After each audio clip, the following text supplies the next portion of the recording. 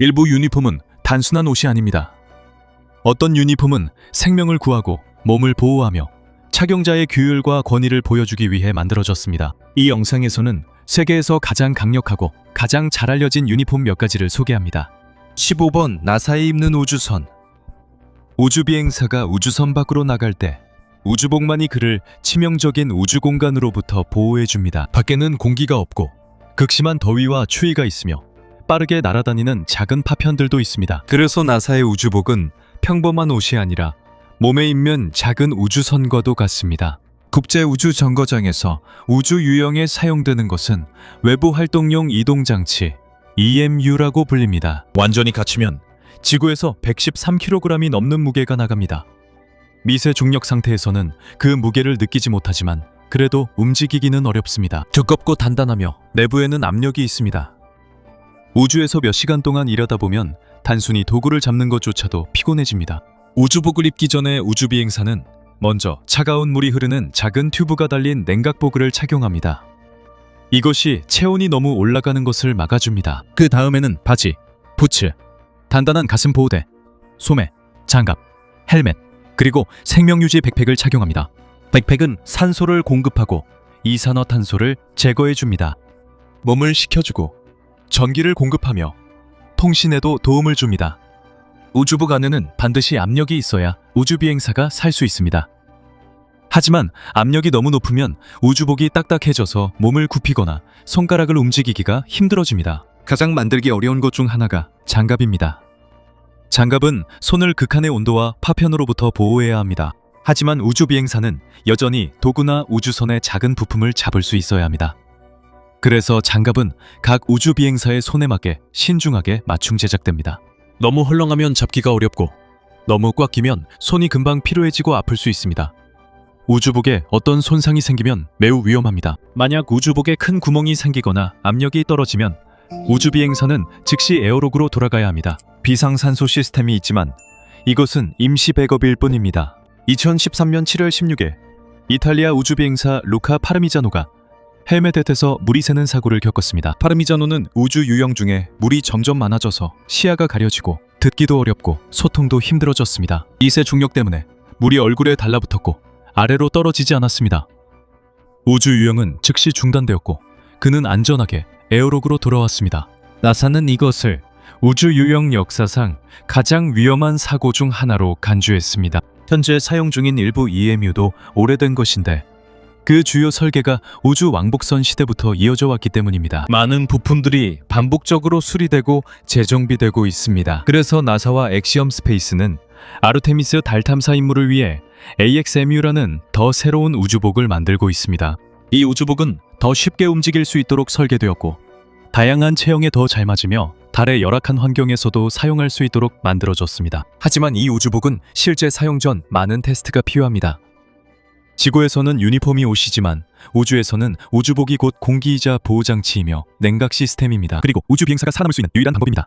14번째, 영국의 우뚝솟은 베어스킨 모자를 쓴 근위병입니다. 버킹엄 궁전 밖에서는 빨간 유니폼과 커다란 검은 모자를 쓴 군인들을 쉽게 알아볼 수 있습니다. 이것을 곰가죽 모자라고 부릅니다.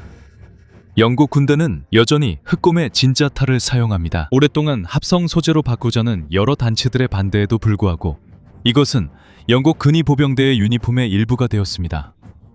1815년 워털루 전투 이후 그레나디어 근위대는 프랑스 제국 근위대에서 이 스타일을 가져왔고 이후 다른 근위보병 연대들도 이것을 사용하게 되었습니다.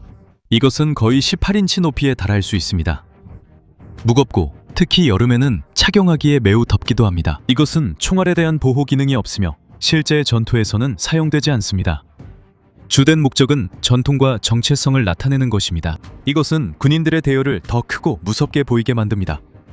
하지만 그들은 이것을 입은 사람들은 배우가 아니라 진짜 영국 유군의 군인들입니다.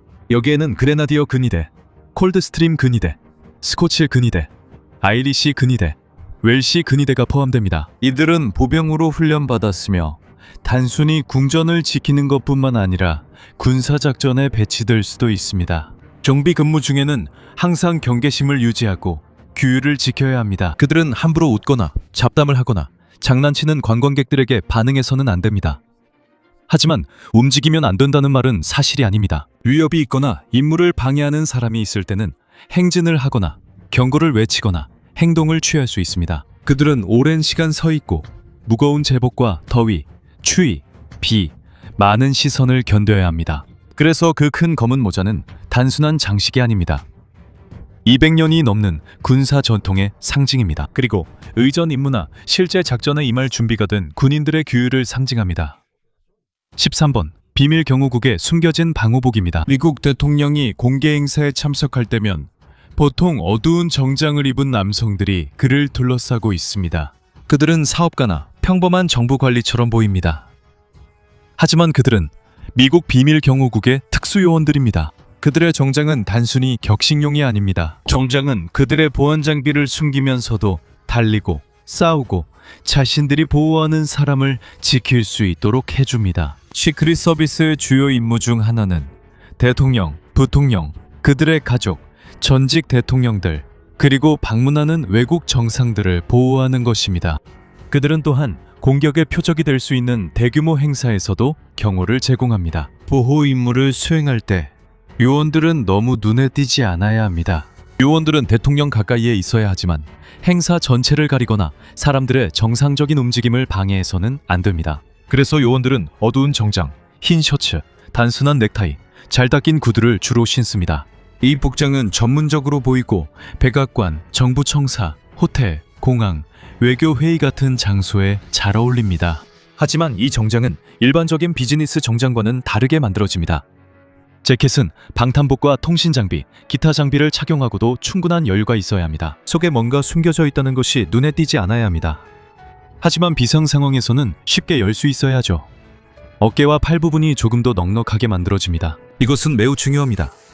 왜냐하면 요원이 손을 들어야 하거나 보호하는 사람을 끌어당기거나 자신의 몸으로 그를 보호해야 할 수도 있기 때문입니다. 다리도 자유롭게 움직일 수 있어야 합니다. 그래서 너무 꽉 끼면 안 됩니다. 바지 말이죠. 빠르게 달릴 수 있어야 하고 몸을 숙이거나 점프하거나 격투를 해도 옷이 찢어지지 않아야 합니다. 신발도 중요합니다.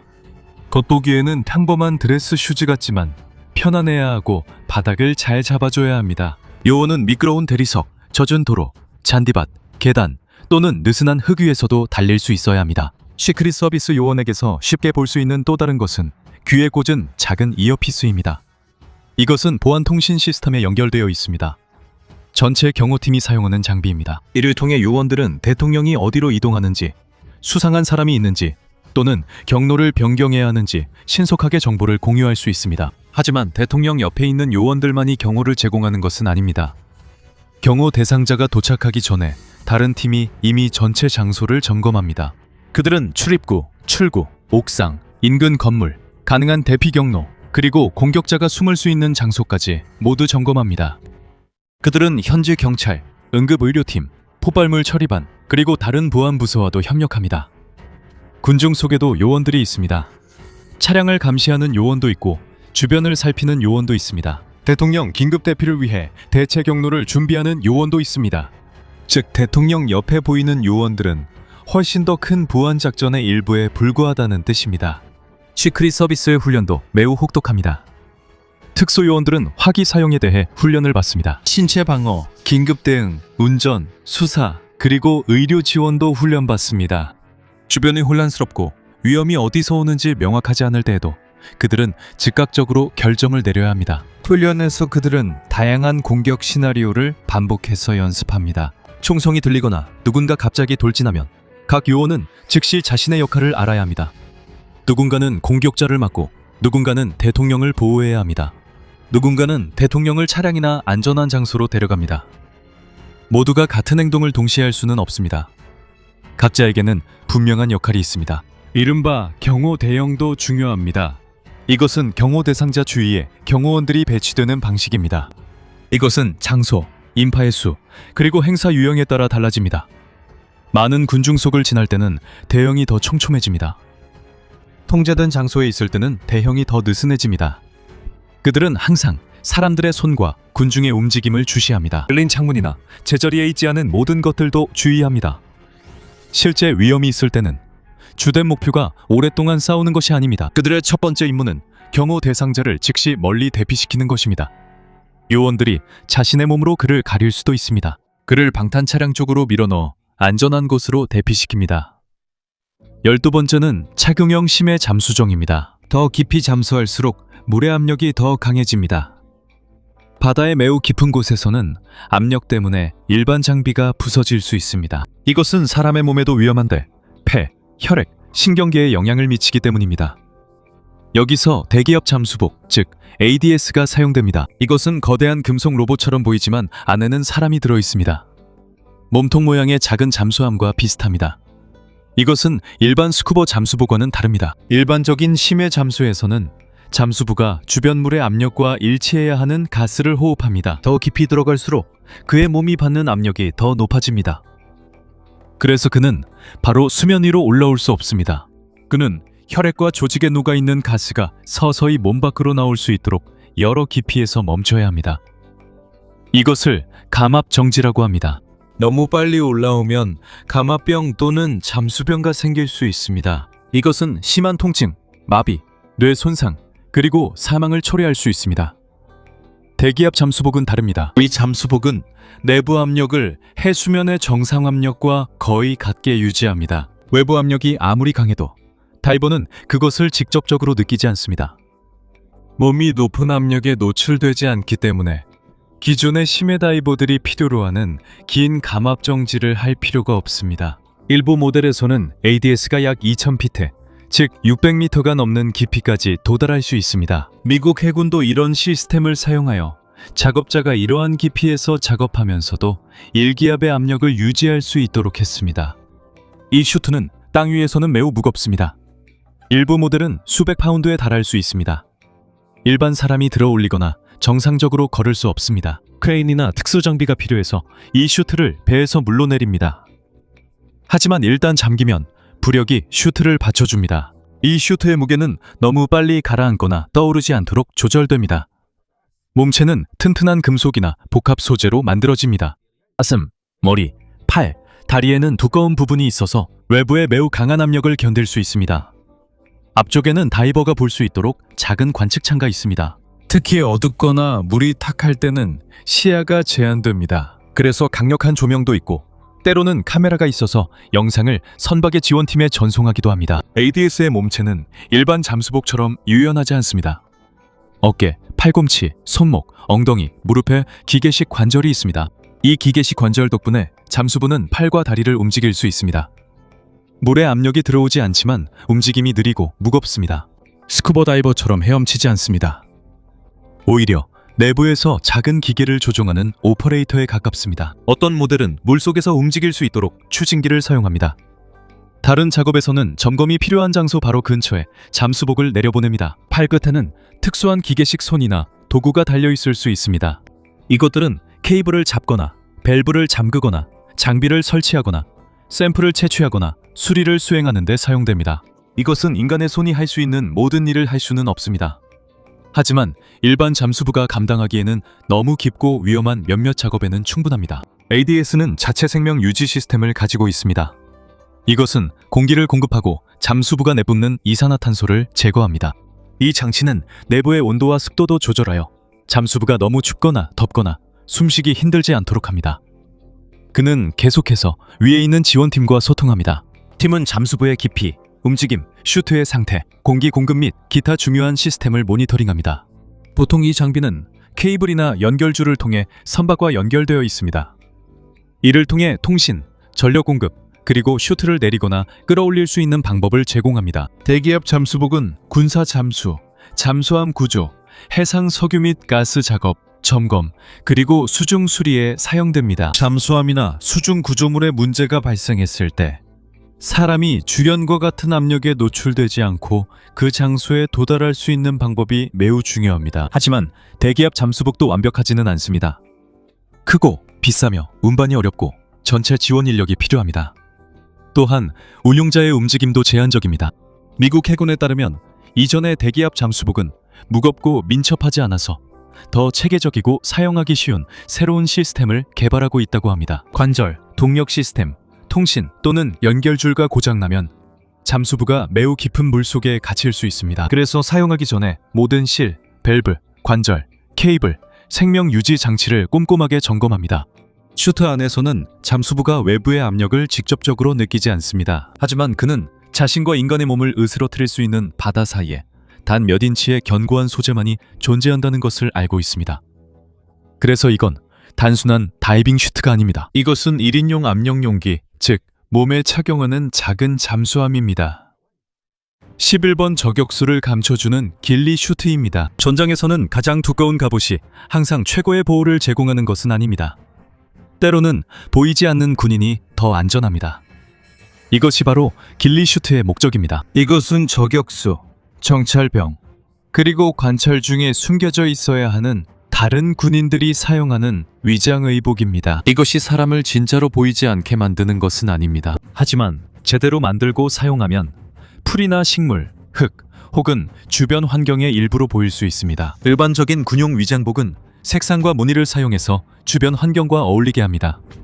길리 슈트는 그보다 더 멀리 나아갑니다. 길리 슈트는 몸의 형태 자체를 바꿉니다. 사람의 눈은 둥근 머리, 곧은 어깨, 두 팔, 대칭적인 몸을 쉽게 알아볼 수 있습니다. 옷과 주변의 색이 같더라도 사람의 뚜렷한 윤곽선은 여전히 눈에 띌 수 있습니다. 그래서 길리 슈트에는 불규칙한 천조각, 그물 섬유, 그리고 다른 재료들을 붙입니다. 이것은 머리의 형태를 가리고 어깨의 직선 라인을 깨트립니다. 사람의 형태가 더 이상 뚜렷하지 않기 때문에 더 알아차리기 어렵습니다. 기성품 길리 슈트를 사는 것만으로는 충분하지 않습니다. 임무 지역에 따라 이것을 수정해야 합니다. 건조한 풀밭, 울창한 숲, 눈 덮인 지형, 진흙탕, 그리고 도시 환경마다 슈트가 다릅니다. 보통 기본 유니폼이나 경량 의복이 있습니다. 여기에는 그물, 황마, 합성 섬유, 끈, 그리고 기타 위장 재료들이 추가됩니다. 옛날 황마나 마른 식물은 쉽게 불이 붙을 수 있기 때문에 방화 소재도 사용합니다. 미국 육군도 기후와 임무에 따라 길리 슈트를 제작, 수리, 변경할 수 있는 키트를 만들었습니다. 현장에 도착하면 주변에서 구한 풀, 잎, 작은 가지, 기타 식물 등 자연 식생을 추가로 붙입니다. 현장에서 직접 신선한 식물을 구하는 것이 중요합니다. 다른 종류나 색깔의 식물이 슈트에 붙어 있으면 저격수가 오히려 더 눈에 띄게 됩니다. 너무 많이 붙여도 안 됩니다. 잎과 가지가 너무 두꺼우면 슈트가 무거워지고 착용자가 움직이기 힘들어집니다. 또한 식물에 걸릴 수도 있고 소음을 낼 수도 있습니다. 그래서 균형이 중요합니다. 몸의 윤곽이 흐려져야 하지만 기어가거나 장비를 사용할 수 있는 능력은 잃지 않아야 합니다.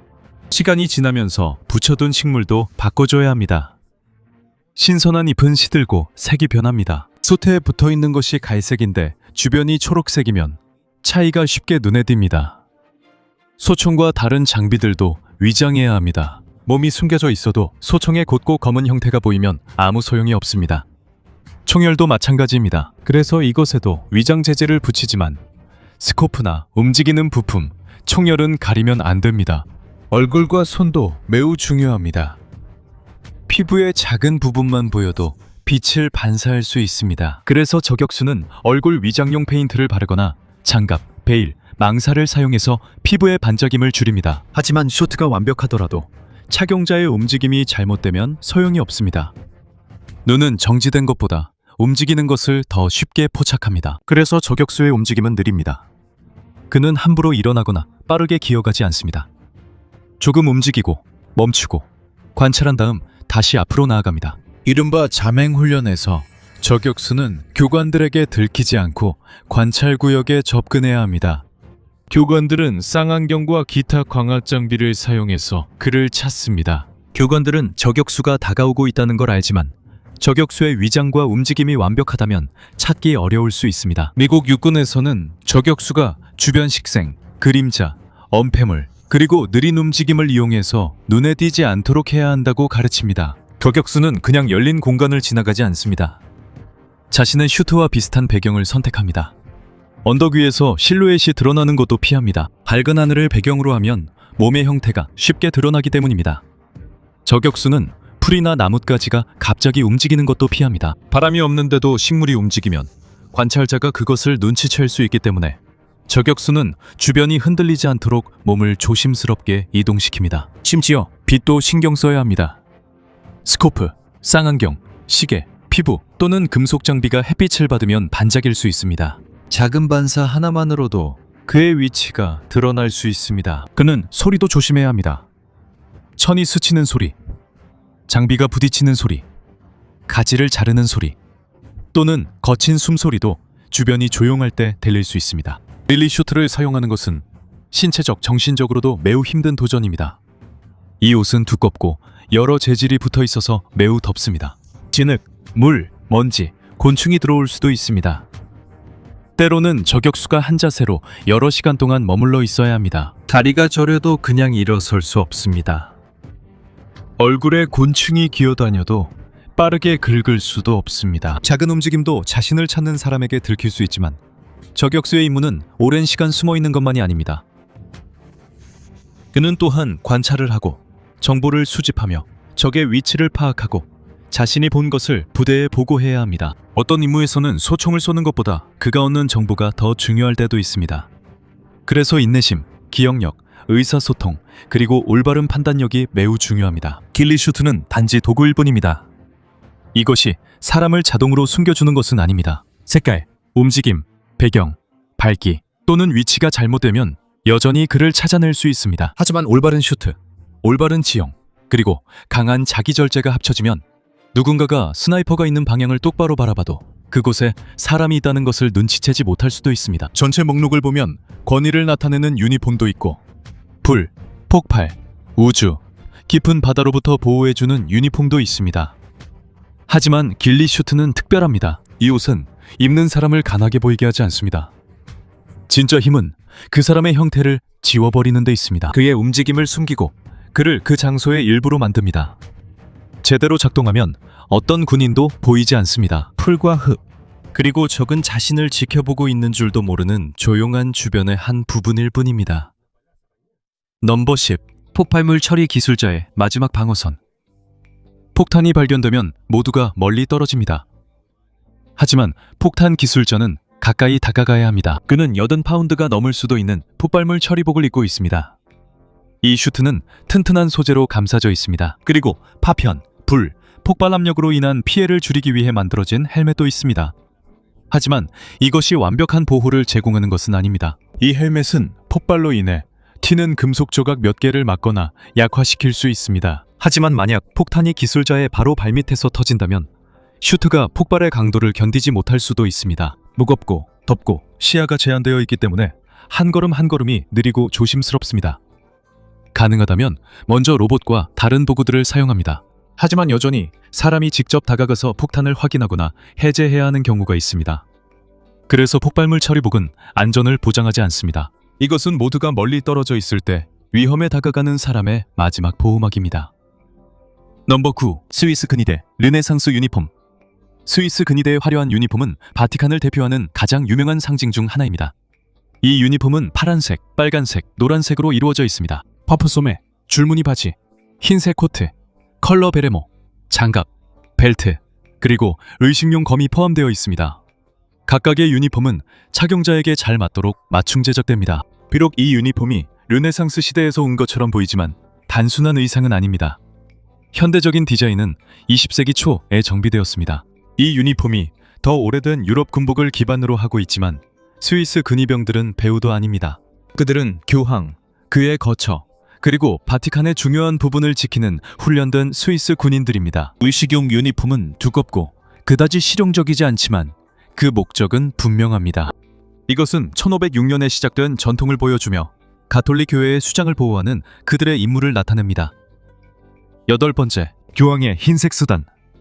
바티칸의 의식에서 교황은 흰색 수단을 입기 때문에 쉽게 알아볼 수 있습니다. 보통 이것은 흰색 띠와 주케토라고 불리는 작은 흰색 모자와 함께 착용합니다. 흰색 복장은 그가 가톨릭 교회의 수장임을 명확하게 상징하는 옷입니다. 콘클라베가 시작되기 전에 바티칸 재단사는 다양한 크기의 흰색 수단을 준비합니다. 새 교황이 선출되면 그는 시스티나 성당 근처에 있는 작은 방, 즉 눈물의 방으로 안내됩니다. 그곳에서 그는 처음으로 흰색 수단을 입고 성 베드로 광장에서 기다리는 사람들 앞에 나서게 됩니다. 그는 빨간 옷을 입은 추기경으로 콘클라베에 들어가지만 새 교황이 되어 흰 옷을 입고 나오게 됩니다. 단순히 옷을 갈아입는 것만으로도 전 세계에 교회에 새로운 지도자가 생겼음을 보여줍니다. 7번째, 셰프의 보호용 흰색 재킷. 전통적인 셰프 자켓의 거의 모든 부분에는 실용적인 용도가 있습니다. 흰색인 이유는 옷이 더러워졌는지 쉽게 확인할 수 있기 때문입니다. 이것은 위생을 신경 써야 하는 주방에서 매우 중요합니다. 재킷은 더블 브레스티드로 되어 있습니다. 앞부분이 더러워지면 더 깨끗한 반대쪽 패널을 위로 덮어서 입을 수 있습니다. 두꺼운 천은 열, 증기, 뜨거운 액체로부터 추가적인 보호를 제공하는 데에도 도움이 됩니다. 전통적으로 매듭진 천 단추도 사용합니다. 이것은 일부 금속이나 플라스틱 단추처럼 쉽게 녹거나 뜨거워지지 않습니다. 또한 뜨거운 기름이나 물이 튀었을 때 재킷을 빠르게 벗을 수 있습니다. 셰프 재킷은 단순히 전문적으로 보이기 위한 옷이 아닙니다. 이것은 위생, 보호, 그리고 뜨겁고 바쁜 주방에서 빠르게 일할 수 있도록 만들어졌습니다. 6번, 영국의 전통 법정 가발. 잉글랜드와 웨일스의 일부 법정에서는 판사와 변호사들이 여전히 흰색 가발을 착용합니다. 특히 형사사건에서 그렇습니다. 이 전통은 17세기에 시작되었습니다. 당시 부유층과 전문직 사이에서 가발이 유행했으나 결국 사라졌습니다. 하지만 법조계에서는 권위, 경험, 그리고 법원의 공정함을 상징하는 것으로 남아 있습니다. 법정 가발은 보통 말털로 만들어지며 수작업으로 형태를 잡습니다. 일반 재판에서는 짧은 가발을, 의식 행사에서는 더 긴 가발을 착용합니다. 하지만 이제 모든 사건에서 착용하지는 않습니다. 많은 민사 및 가사 재판에서는 판사들이 더 이상 가발을 쓰지 않습니다. 비록 사용이 줄었지만 여전히 수백 년 동안 이어져 온 영국 법원의 전통의 일부로 남아 있습니다. 5번, 항공사 기장의 4줄 계급장. 항공사 조종사는 어두운 재킷, 흰 셔츠, 딱 맞는 모자, 그리고 어깨나 소매에 있는 줄무늬로 쉽게 알아볼 수 있습니다. 이 디자인은 20세기에 인기를 끌었으며 해군 장교의 제복에 써다온 것입니다. 이는 비행 승무원을 전문적으로 보이게 하고 쉽게 알아볼 수 있도록 하기 위한 목적입니다. 많은 항공사에서 기장은 4줄, 부기장은 3줄을 착용합니다. 하지만 항공사에 따라 이 시스템은 달라질 수 있습니다. 이것이 조종사의 능력을 향상시키는 것은 아니지만 조종석에서 누가 가장 큰 책임을 지고 있는지 보여주고 승객들에게 신뢰감을 주는 데 도움이 됩니다. 비행기가 움직이기 전부터 유니폼은 첫 번째 역할을 합니다. 훈련된 승무원이 비행을 책임지고 있다는 것을 보여주는 것이죠. 4번째입니다. 눈에 잘 띄는 죄수복. 미국의 모든 죄수가 주황색 옷을 입는 것은 아닙니다. 카키색, 초록색, 파란색, 흰색 또는 줄무늬 유니폼을 사용하는 교도소도 있습니다. 주황색은 눈에 잘 띄고 대부분의 장소에서 숨기기 어렵기 때문에 사용됩니다. 죄수가 탈옥할 경우 교도관과 일반인들이 그를 더 쉽게 알아볼 수 있습니다. 똑같은 유니폼을 입히는 것은 누가 수감자인지 그리고 어떤 보안 그룹에 속해 있는지 빠르게 알아내는 데에도 도움이 됩니다. 일부 시설에서는 분류나 교도소 내 구역에 따라 유니폼 색상이 다릅니다. 하지만 영화와 TV 프로그램들 때문에 오렌지색 점프수트가 미국에서 죄수의 가장 대표적인 이미지가 되었습니다. 이건 단순한 옷이 아닙니다. 이 옷은 신원 확인, 보안, 그리고 교도소 안팎에서 빠르게 식별하기 위해 사용됩니다. 3번째, 마타도르의 빛의 의상. 즉, 트라헤 데 로체스라고 불리는 이 화려한 유니폼은 마타도르의 상징입니다. 이 옷에는 금속실, 스팽글, 그리고 구슬로 수놓아져 있어서 빛을 받으면 반짝입니다. 이 옷은 손으로 만들어지며 마타도르의 몸에 딱 맞게 제작됩니다. 이 유니폼은 무겁고 꽉 끼기 때문에 입을 때 도와주는 사람이 필요합니다. 딱딱한 재킷은 투우사가 경기장에 있을 때 몸을 곧게 유지하는 데에도 도움이 됩니다. 이 옷은 천과 디자인에 따라 수천 달러에 이를 수도 있습니다. 하지만 이 옷은 투우사를 황소의 뿔로부터 보호하기 위해 만들어진 것이 아닙니다. 이 옷의 주된 목적은 투우 경기를 더 화려하고 눈에 띄게 만드는 것입니다. 2번째, 런던 타워의 비피터들. 비피터로 더 잘 알려진 예오먼 워더들은 런던 타워의 의전 경비병입니다. 그들은 배우가 아닙니다.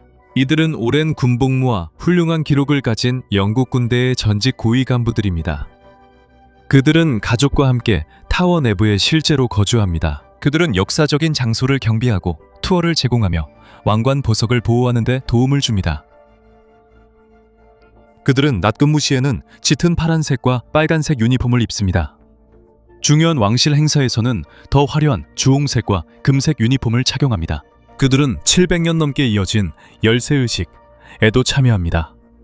이 전통은 매일 밤 타워의 문을 공식적으로 닫고 잠그는 행사입니다. 비피터라는 별명이 어디서 유래했는지는 명확하지 않습니다. 한 유명한 설명에 따르면 예전에는 그들이 왕실 식탁에서 고기를 먹을 수 있도록 허락받았다고 합니다. 1위는 포뮬러1의 방화 레이스 슈트입니다. 포뮬러1 드라이버의 레이싱 슈트는 차량에 불이 났을 때 탈출할 수 있는 소중한 시간을 벌어주기 위해 만들어졌습니다. 이 슈트는 노맥스와 같은 방화 소재의 여러 겹으로 만들어졌습니다. 쉽게 불에 타거나 녹거나 피부에 달라붙지 않습니다. 방화 기능이 있는 것은 슈트뿐만이 아닙니다. 언더웨어, 바라클라바, 장갑, 양말, 부츠 등이 포함되어 드라이버를 머리부터 발끝까지 완전히 감쌉니다. 슈트는 모두 맞춤 제작됩니다. 이 슈트는 드라이버가 자유롭게 움직이고 비상시 빠르게 콕핏에서 나올 수 있도록 적당한 여유가 있어야 합니다. 현재 FIA 안전 기준에 따라 원단, 바느질, 그리고 다른 모든 부분들이 강한 불과 열에 대해 엄격하게 테스트됩니다. 이 슈트는 드라이버를 오랫동안 보호할 수는 없습니다. 하지만 몇 초만 더 버텨도 드라이버가 안전벨트를 풀고 차에서 나와 불길에서 멀어질 수 있습니다. 포이,